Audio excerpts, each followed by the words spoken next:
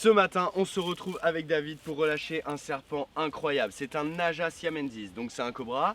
On appelle ça un cobra crasher. C'est pour ça que David il porte un masque. Il n'est pas allé à la piscine, hein, il est pas prêt pour aller à la piscine, mais il a mis ça parce que comme c'est un cobra crasher, et c'est pour ça que je garde mes lunettes de soleil, il a la capacité de cracher son venin à plusieurs mètres et il vise en fait. On dit qu'il vise les yeux, mais c'est pas vrai. Il vise ce qui bouge. Donc comme c'est souvent la tête de l'humain qui bouge, et ben les gens se prennent le venin dans le visage. Mais en vrai, il vise pas spécifiquement les yeux. Il vise ce qui bouge et il crache son venin jusqu'à à peu près 2 mètres. What the maximum length he can spit? Maybe 2 meters? 2 or 3 meters Ok. maximum. Donc il peut cracher jusqu'à 2 ou 3 mètres. Donc pour des raisons de sécurité, nous allons utiliser moi mes lunettes de soleil et David son masque.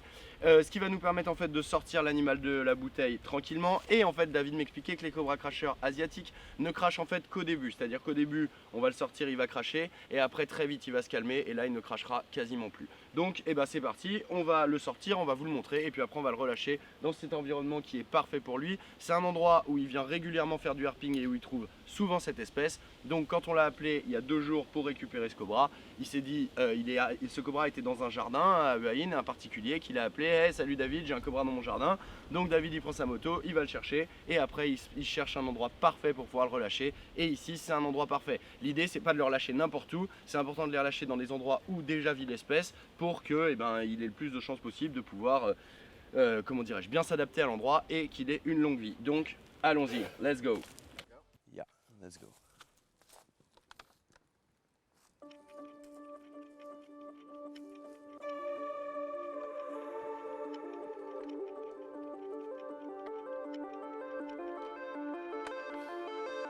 Donc il faut comprendre que David il est né en Floride, il a passé quelques années, il a grandi en Afrique du Sud et ça fait 7 ans aujourd'hui qu'il vit en Thaïlande. Il a toujours été passionné de serpents. À l'âge de 12 ans, il allait déjà attraper beaucoup de serpents en Afrique du Sud et tout. Et il connaît très bien le comportement des serpents, surtout les espèces locales avec lesquelles, dans les pays où il a vécu. Donc ce n'est pas parce que vous le voyez manipuler d'une façon que c'est la façon dont vous devriez le faire. Même si je me doute bien que vous n'allez pas croiser des cobra crashers tous les jours. Mais je veux pas de jugement dans les commentaires à dire « Ah, il n'a pas utilisé son crochet, ah, il n'a pas fait ci, ah, il n'a pas fait ça ». Il fait de la manière dont il a envie. Moi, j'apprends tous les jours auprès de lui. Je ne juge pas. Différents pays, différentes cultures, différents passé terrario, j'ai envie de dire, et chacun fait comme il veut. Il connaît très bien les enjeux, il connaît très bien ses animaux et il sait très bien ce qu'il fait. Il ne fait pas du tout n'importe quoi, sinon évidemment je ne ferai pas de collab avec lui et je le fais uniquement parce que je le trouve très impressionnant dans sa manière d'aborder les animaux, y compris les animaux très venimeux. Et c'est vrai que pour nous, parfois, ça peut paraître incroyable. Mais pour vous donner un exemple, à l'âge de 13 ans, il attrapait déjà des gros cobras royaux de 4 ou 5 mètres tout seul en rentrant des cours. Et il est très expérimenté. Donc du coup, ça sert à rien de me mettre dans les commentaires « Ah là là, la manière dont il a fait, c'est pas comme on m'a appris, c'est pas comme on m'a appris ou quoi ». C'est sa manière de faire, on limite pas, mais c'est comme quand vous, par exemple, vous voyez des mecs en train de faire des sauts énormes pour des vidéos Red Bull, vous n'allez pas vous dire « Ah, je peux faire la même chose avec ma moto ». Non, chacun a son expérience, chacun son truc et voilà. Donc moi j'apprends beaucoup, je reste beaucoup plus à distance des animaux que lui parce que j'ai moins l'habitude. Mais en tout cas, voilà, je suis vraiment très content de pouvoir avoir une autre manière de travailler avec ce genre d'animaux et je trouve ça super cool.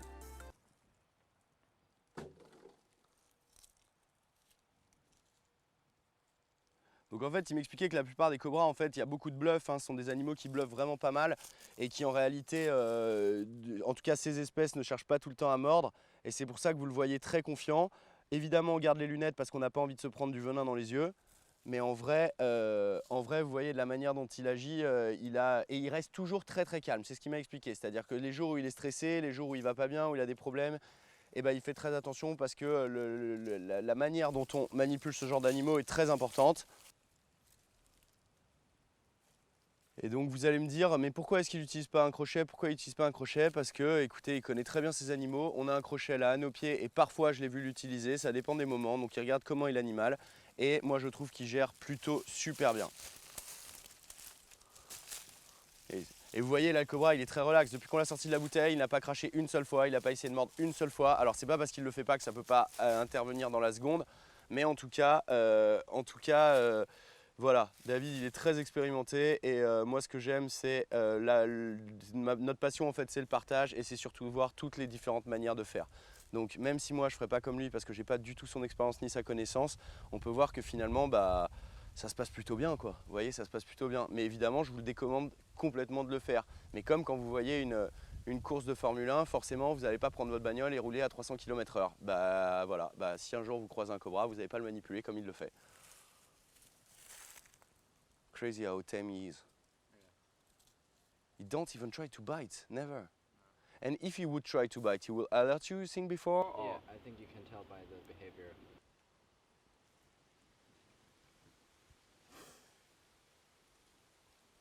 Donc vous voyez, normalement, ce sont des animaux, donc pour les manipuler au crochet, ils tiennent relativement bien au crochet.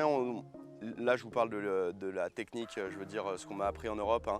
Donc j'ai la queue dans une main, le crochet dans l'autre, et avec ça, je peux relativement agir en toute sécurité, en regardant évidemment à chaque fois le comportement de l'animal. Et en fait, là, vous voyez, quand David il bouge, le cobra, il est intéressé par les mouvements, et c'est pour ça qu'il coiffe et qu'il se dresse vers lui. Oh, il spit now. Ok. Et parfois il va cracher et parfois pas. Donc c'est pas parce que c'est un cobra cracheur qu'il va cracher dans tous les sens. Et souvent les cobras cracheurs africains crachent beaucoup plus que les cobras cracheurs asiatiques. Vous prenez par exemple un Naja pallida ou un Naja comme ça, lui il va cracher beaucoup.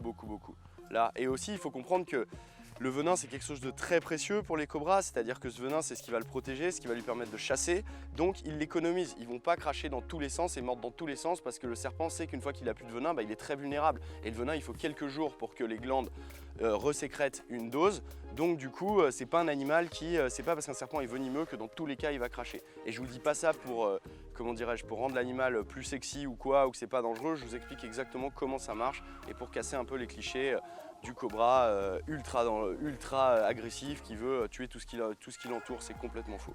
Complètement faux. Et moi j'adore ces animaux. Before they bite you, they will for sure like change the position of their head or Ok, something as if this is just curious, is trying to. ok.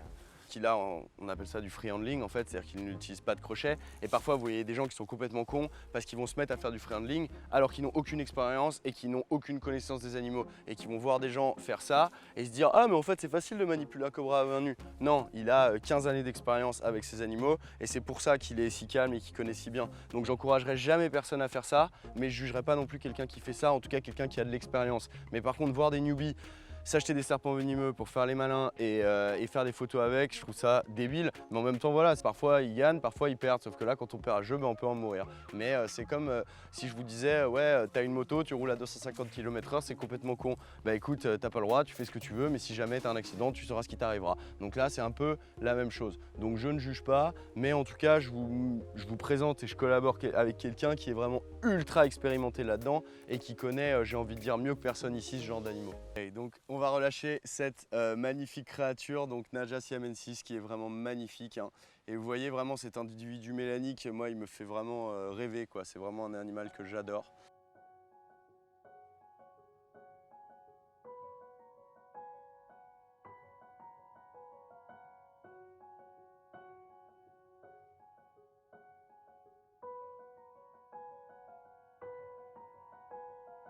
Bon les amis, on arrive à la fin de la vidéo. Je suis trop content d'avoir passé 3 jours avec David, c'était trop cool. I want to thank you so much. Really, I spent 3 great days with you. I learned a lot and it was a very great experience. So voilà, donc merci beaucoup, j'espère que cette vidéo elle vous a plu. Je voudrais vous dire que David, vous pouvez le suivre à plusieurs endroits différents. Vous pouvez le suivre sur Instagram, donc son Instagram c'est David's Feed, je vous le mets ici. Sa chaîne YouTube c'est aussi David's Feed, donc vous pouvez aller vous abonner, aller suivre ses aventures, vous allez le voir faire du herping, visiter des collections de ses amis qui ont des serpents, le voir travailler au jour le jour avec ses animaux, donc n'hésitez pas à aller vous abonner.